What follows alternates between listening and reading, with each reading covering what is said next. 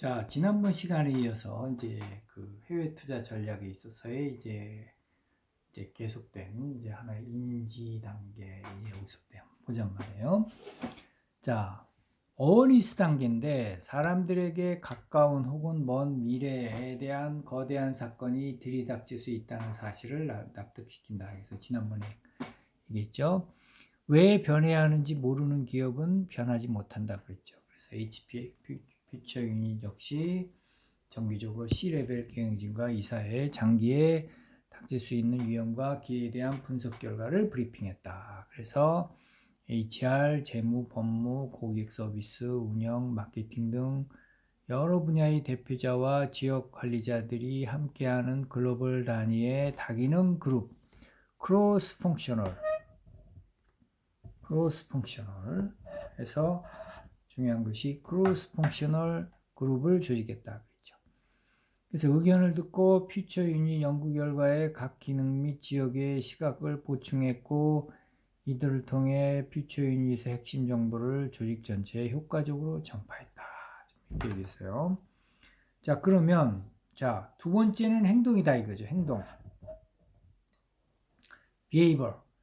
모든 레벨의 조직 관리자들은 급진적 변화에 대한 이해는 물론 위기를 활용하고 리질리언스를 향상할 능력을 갖춰야 된다.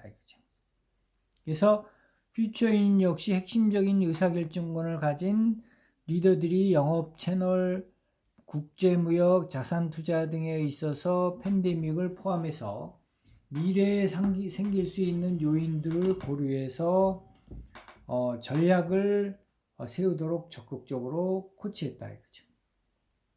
그래서 세 번째는 문화다 이거죠. 컬처. 실제 직원들이 먼 곳을 바라볼 수 있는 환경을 조성해 주는 것인데 직원들은 물론 리더들까지 단기 성과를 쫓기 쉽다 이거죠. 장기 성장을 추구할 수 있도록 인센티브 구조를 재설계하는 것도 한 방법인데 각자의 직원이 어떤 리스크를 어느 정도까지 관리해야 하는지에 정의하는 리스크 밴드를 구축할 수 있어야 된다. 그죠? 그래서 글로벌 퓨처리스트로서의 코로나19 이후에 주목하고 있는 이상 파랑은 무엇이냐? 자, 여기서 좀 보면 크게는 기술, 경제, 사회적 측면에서 세부적으로 10가지 측면, 미래 동향을 파악할 수 있다. 그죠? 기술적 측면은 혁신의 가속화, accelerating innovation, 신흥기술, emerging technical, 테크놀로지, 기술의 융합 및 변형, convergence and remixing, 경제적 측면으로는 데이터의 경제, 데이터 에코노미, 노동과 자동화, labor and automation, 아시아의 부상, rise of Asia, 저금리 자금, cheap money, 사회적 측면으로는 인구 통계적 변화, changing demographics, 디지털 신뢰, 디지털 트러스트, 새로운 사회계약, 뉴 소셜 컨트랙트이 있다 이거죠. 근데 이제 지난번에 이제 우리가 드론에 그 대해서 이제 잠깐 얘기를 했지만, 그러면 드론 한번 조금 더 우리가 한번 살펴보자 말이에요. 여기 지금 보면은 이제 여기서 중요한 것이 지난번에 얘기했죠. 당신이 사는 곳이 생명을 결정해서는 안 된다. 이제 이런 얘기를 했죠. 그래서 이제 드론을 통해서 의학적인 해결을 이제 제시해 줬는데, 짚라인의 창업 스토리는 2014년에 올라갔다고 그랬죠. 그래서 이제 중요한 것이, 여기에 이제 드론에 대해서 구글 벤처스, 야후, 뭐 이런 여러 기업들이 이제 지원을 해줬다. 그런데, 드론에 이제 2016년에 짚라인은 루안다 무흥가 지구의 운송기지, 유흥센터를 건설하는 계약을 루안다 정부와 체결하고, 그 다음에 무흥가는 수도 키칼리에서 서쪽으로 약 1시간 거리에 있는데, 같은 해 7월 루안다 국립수열센터와 함께 테스트를 진행한 후 루안다 소부의 21개 수열 시설로 혈액 운송 서비스를 시작했다 이거죠. 짐라인이 제공하는 서비스를 이용하기에 의료진에게 필요한 것은 단 두 가지다. 휴대전화와 자동차 세네 대 정도가 주차할 수 있는 크기의 낙하지점이다. 그래서 짐라인 직원은 의료진이 보낸 구호 메시지를 확인하면 필요한 정보, 요청 위치, 비행계획, 낙하지점에 포함된 QR코드를 인쇄해서 구호 물품 상자에 부착한 후 드론과 통신하는 아이패드로 데이터를 보낸다 이거죠.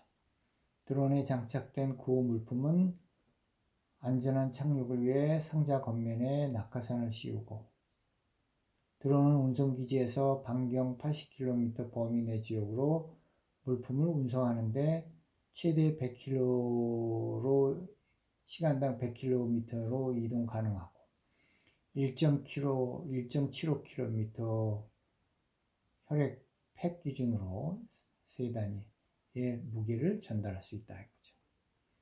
짐라인은 서비스를 시작한 이후에 루안다 전체를 지원할 수 있도록 추가 기지를 설립했고 2019년 4월에는 가나 정부와도 협력 계약을 체결해서 현재 드론 기지 4곳에서 30대의 드론을 운영하면서 서아프리카 국가의 2,000개의 보건시설에 백신과 혈액과 응급생명구호 약품을 보급한다 이거죠.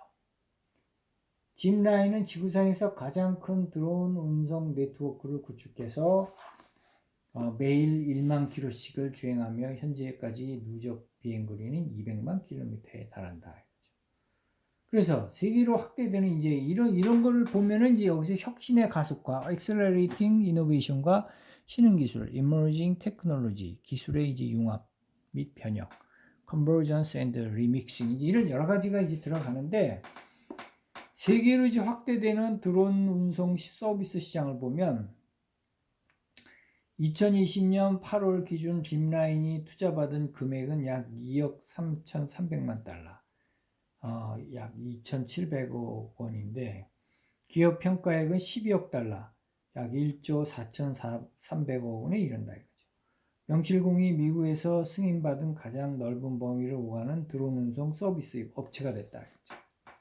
그래서 짐라인은 아프리카에서의 성공에 힘입어 인도와 필리핀에서도 운송기지를 건설하고 응급구호 약품, 백신, 혈액 등을 공급할 계획이다. 2019년 9월 인도 마하라슈트라주 정부는 짐라인이 주 전역에 응급의약품을 제공할 것이라고 발표했다. 짐라인이 2020년부터 향후 몇 년 동안 단계적으로 마하라슈트라 전역에 10개의 운송기지를 설립하고 드론 운송 서비스를 운영할 예정이다. 짐라인은 2019년 12월에 기자회견을 열고 필리핀 적십자와 서비스 제휴 계약을 체결한 사실을 발표하고 2020년 필리핀의 3개 운송기지를 개설해서 직접 접근이 어려운 지역을 대상으로 서비스를 시작할 것이라고 밝혔다. 현재 미국에서 긴급구호 물품과 의료용품을 공급하기 위해 드론 등 무인항공기를 사용하는 업체는 짐라인 항공만은 아니다 이거죠. 공상과학 기술에 대한 장기적 연구를 전문적으로 하는 구글의 비밀연구소 X에서 중요한 것은 윙이라는 프로젝트를 진행하고 있는데 일반 차량으로 운송이 불가능한 재난, 재해 지역의 물, 비상식량, 의약품, 생필품 등을 신속하게 전달하는 드론을 개발했다. 구글은 일찍이 드론 운행에 필요한 소프트웨어 개발은 물론 수많은 비행 실험을 반복해서 발생할 수 있는 다양한 문제사항을 시뮬레이션함으로써 운행 완성도를 높이고 있다. 미국의 네바다주에 본사를 둔 중운용 드론 운송 서비스 업체 플로티는 미국 항공우주국 나사, 존스 홉킨스 의과대학 등과 협력해서 농촌에 위치한 지역 의료원의 의약품, 의료 샘플 운송 서비스를 제공한다 이거죠. 그래서 최근에는 미국에서 심장마비 상황에 필요한 자동 재생 제세 자동 제세동기를 드론으로 전달하는 서비스를 시작한다고 발표했다 이거죠. 그래서 구글이나 플러티가 도서상관이나 사람이 가기 어려운 곳을 대상으로 했다면 도시 환경에서 드론 운송을 위한 기술 플랫폼을 제공하는 업체는 실리콘밸리에 위치한 매터넷은 2017년 처음으로 스위스에서 도시 내 드론 운송 서비스 운영을 승인받았다 이거죠. 그래서 2019년 3월에는 물류 운송 전문회사인 UPS와 미국의 노스캐롤라이나주의 의료센터 웨이크메드에 드론을 통해 의료 샘플을 전달하는 서비스를 시작했다. 미국 연방항공청 FAA는 2019년부터 2023년까지 상업용 드론 시장 규모가 3배 이상 성장할 것으로 예상했다. 실제로 미국 연방항공청에 등록된 상업용 드론 숫자는 2018년에 약 16만 8천 대였지만 2020년 3월 기준으로 44만 1,709대로 늘어났다. 상업용 드론 숫자가 늘어난 만큼 관련 시장도 가파르게 성장하는데 아직까지는 보안과 안전을 우려한 정부의 강력한 규제, 운송 물품의 무게와 크기 제한 등의 기술적 과제로 드론 운송 서비스가 재난이나 건강상의 위험 문제 등에 대응하는 응급구호 서비스 분야에 국한된 경향이 있다 이거죠. 하지만 앞으로 기술에 대한 신뢰도가 높아지면 음식이나 일반 물품 운송 등으로 서비스의 적용 범위도 넓어질 것이라고 이렇게 지금 본다 이거죠. 그러니까 이렇게 지금 보면 이렇게 혁신이 지금 굉장히 빠르게 이제 진행이 되는데, 자 지금 여기서 이제 좀 더 보잔 말이에요. 그러면 여기에 우려되는 현상이 있다 이거죠. 인도와 중국에서 늘어나는 자원의 수요는 아시아뿐만 아니라 전 세계 긴장을 유발한다. 자, 엄청난 인구.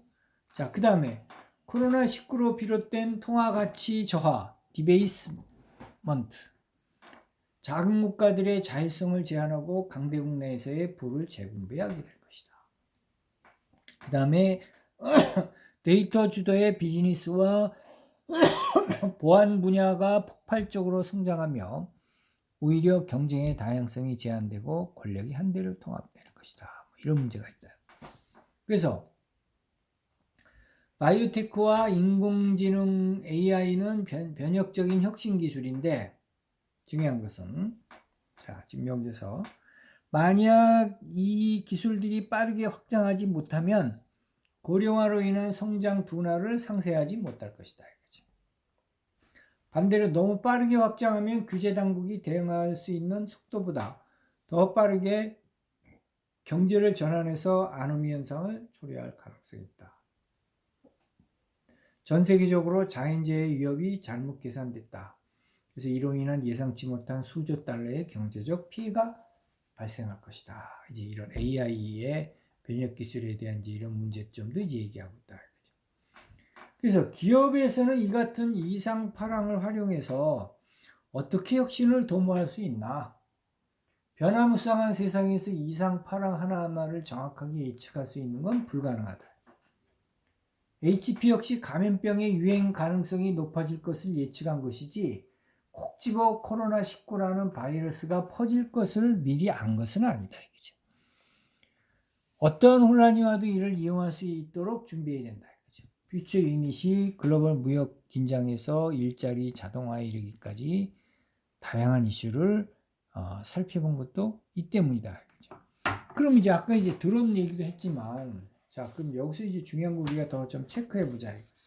자 코로나19의 시대에 새로운 기회를 맞이한 그 드론 업체를 보면 위기는 곧 기회다. 똑같아 이거죠. HP 역시. 코로나19로 인한 팬데믹 상황은 짚라인과 같은 드론 운송 서비스 업체의 새로운 국면을 제시했다. 이거죠. 그래서 지금 뭐냐? 짚라인은 2020년 5월 노스캐롤라이나의 의료센터 노반트 헬스의 파트너십 계약을 맺고 노스캐롤라이나주 샬럿 지역에 개인용 보호 장비와 같은 무료 물품과 약품을 운송하기 시작했다 이거죠. 이를 위해 미국 연방항공청은 짚라인에 긴급 면제권을 부여했다 이거죠. 또한 UPS는 매터넷의 M2 드론 시스템을 활용해서 CVS, 미국의 약국 체인으로부터 플로리다 최대의 은퇴자 커뮤니티로 코로나19 관련 처방약품을 운송하기도 했다. 이거죠. 이 밖에도 재난 위험 상황 때문에 무인 운송 수단으로서 드론이 비접촉 방식의 배송 서비스를 진행한 사례가 많이 보고된다. 이거죠. 전염병 확산을 막고 효과적으로 빠르고 안전하게 응급 물품을 운송하는데 적합하다는 평을 듣고 있다. 이거죠. 자, 그럼 우리나라하고도 좀 비교해 보잔 말이에요. 우리나라는 우수하고 편안한 대중교통 시스템을 갖춘 데다가 운송 서비스도 매우 발달했다. 따라서 드론 운송 서비스에 대한 수요가 크다고 보지 않는 이들도 많다. 이거죠. 하지만 현재의 생활 시스템을 기준으로 이건 한 것이다. 이거죠. 그래서 2030년에는 1조 6천억 건까지 성장할 것으로 지금 교통부는 보고 있다. 이거죠. 이는 군용, 기업, 배송, 농업, 촬영, 레저를 모두 포함한 금액인데 현재는 군사용 혹은 농업용으로 이용되는 드론이 앞으로는 다양한 산업에서 활약할 것으로 기대된다. 그 한 분야가 운송 서비스다. 실제로 2015년 10월 기준에 한 운송 업체에서 드론 택배 서비스의 실증 작업을 진행했고 여러 운송 업체들도 사업부를 만들어서 이를 구체화하려는 작업을 하고 있다. 그래서 국내 항공법은 무인 비행장치를 이용한 사업을 초경량 비행장치 사용 사업이라고 구분하고 비료나 농약 살포 등 농업 지원, 사진 촬영, 육상 해상의 측량 또는 탐사, 그 다음에 산림, 공원 관측 등의 사업에 사용할 수 있도록 규정한다. 또한 150km 이하 드론은 서울 도심과 휴전선 인근, 비행장, 인구 밀집 지역 등 비행 금지 장소가 아닌 곳에서 주간 시간대에 고도 150m 이하 조종자의 가시 범위 내에서 운행할 수 있다. 이거죠. 실리콘밸리의 짚라인이 성공한 데는 루안다 및 가나 정부의 적극적인 지원책과 그 다음에 드론을 이용해서 적합한 지리적 환경이 큰 역할을 했다. 루안다와 가나는 개발도상국으로 정부의 의사결정이 빠르게 대다수 국민을 위한 보편적 의료 기술에 막대한 투자를 아끼지 않는다. 지리적으로 연공이 복잡하지 않아 드론 운송 서비스를 신속하고 안전하게 운영하는 데 최적의 조건이기도 하다. 그러나 미국을 포함한 많은 국가들은 보안과 안전상의 문제 때문에 드론 운전을 법률로 엄격히 제한한다. 이미 몇 년 전부터 드론을 이용한 상업적 운송 서비스를 확대될 것이라는 장밋빛 전망이 있었음에도 현실이 이와 같지 않은 것은 많은 시사점을 안겨주는데 우리나라의 경우 공공 부분에서 먼저 드론을 활용함으로써 안보를 이유로 한 제약사항을 해결해 나갈 수 있으라고 기대한다.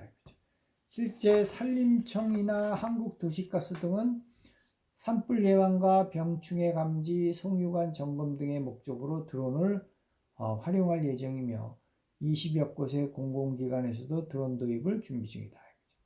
실제 공공기관에서 드론을 사용한 후 나타나는 문제점을 개선하고 가이드라인을 만든다면 민간 부분에서도 안심하고 드론을 활용할 수 있다. 그래서 중요한 것은 2020년 8월 한 국회의원은 보안을 이유로 막혀있던 공간 정보를 기업들이 상업적으로 활용할 수 있도록 하는 국가공간정보기본법 일부 개정 법률안을 발의했는데 공간 정보를 사업자에게 제공하도록 보안 기준을 현실화하고 보안 문제가 발생하지 않도록 지원한다는 내용이 담겨져 있다.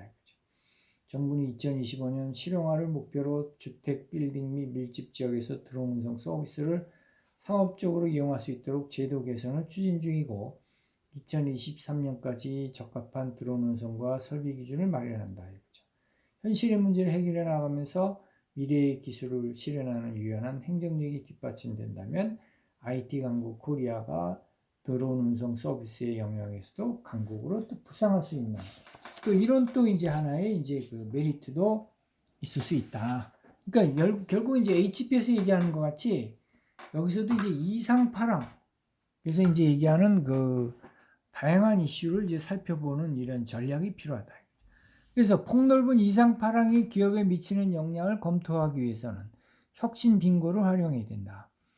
기술, 경제, 사회적 변화가 각각 어떻게 기업의 재무 운영, 외부 요인 등 전략에 영향을 끼칠 수 있는지 꼼꼼히 검토해 봐야 된다.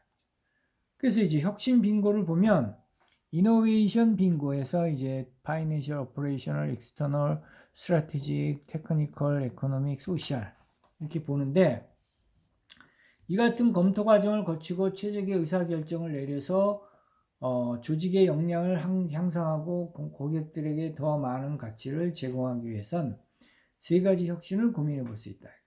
프로세스 혁신, 프로세스 이노베이션, 조직의 리질리언스를 높이는 것인데 HP는 글로벌 인재 전략, 로컬 전략, 디지털 전환을 고려했다. 그러니까 글로벌 인재 전략과 로컬 디지털. 그 다음에 이제 제품 혁신, 프로덕트 이노베이션은 고객을 위한 전략적 이점을 창출하는 것인데 HP는 기업용 컴퓨터와 인쇄 기술을 어떻게 리모트 워크에 적용할 수 있는지를 살펴봤다.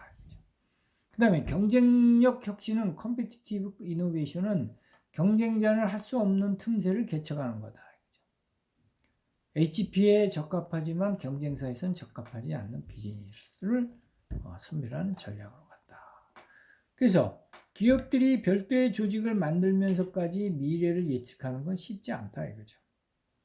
그래서 대부분의 리더는 이상 파랑을 있을 수 없는 일로 치부해 버리는데 내일에 벌어질지 모르는 일보다는 어제의 데이터를 더 중요하게 여긴다 이거죠. 실제 미국의 10대 기업 중에 8개 기업의 리더는 감염병을 위험으로 식별하지 못했다 이거죠. 심지어는 우한에서 첫 감염자가 발생했을 때도 이들은 코로나19가 전 세계 사업을 망칠 수도 있을 것이라는 사실을 이해하지 못했다 이거죠. 그래서 그 충격은 이를 미리 대비하지 못한 모든 기업에 덮치게 됐다. 자, 그래서 진짜 문제는 이런 이상 파랑을 마주칠 확률이 생각보다 높고 앞으로는 점점 높아질 것이라는 것이다. 20세기 동안 매년 평균 4차례의 충격이 미국 기업을 강타했다. 하나의 큰 충격이 닥치거나 하나의 충격에서 회복되기 이전에 새로운 충격이 연이어 닥치면 이상파랑이 발생한다. 2020년 인류는 모든 지구 한편에서 시작된 충격이 지구 반대편까지 막대한 재앙을 몰고 올 수 있음을 모든 이의 삶의 현장에서 목격했다. 코로나19도 마찬가지야. 지금. 전 세계가 점점 더 복잡하게 얽혀가고 있는 지금의 이러한 위험이 점점 더 자주 찾아올 것이라는 것이 확실하다. 이거 이제 여러분 우리가 여기서 이제 미세먼지 중국의 초미세먼지 이게 막 나와서 마스크 쓰고 숨쉬기 어렵고 막 이럴 때부터 이제 우리가 이게 굉장히 리스크 관리가 이제 중요하구나. 이게 이 중국의 문제가 아니라 우리의 문제구나. 이런 걸 이제 미리 감지를 우리가 했었어야 되는 것도 있죠. 그래서 앞으로 그리고 홍콩의 뭐 사스, 그 다음에 메르스 이런 그 병이 호흡기 질환 병이 왔을 때 우리가 앞으로 이런 것이 더 세게 올 수도 있다. 이런 대비를 했었다라면 경쟁력을 이제 가질 수 있는 거다. 그래서 이제 결국 이제 이런 코로나가 전 세계를 덮쳐서 여행도 못 가고 다 폐쇄적으로 이렇게 가는 현상. 이게 앞으로는 이제 또 다른 또 하나의 그 호흡기 병 이런 같은 그런 이제 경우가 얼마든지 올 수 있다. 자, 그래서 여기서 이제 보면은 그러면 이제 이 전 세계가 점점 더 복잡하게 얽혀져 있는 지금의 이러한 위험이 점점 더 자주 찾아올 것이라는 거 확실하다. 이거죠. 기업이 이전보다 미래를 사업 전략에 적극적으로 고려하고 반영해야 된다. 그러니까 미래의 사업 전략이 이걸 적극적으로 고려하고 반응하지 않으면 안 되게 돼 있다.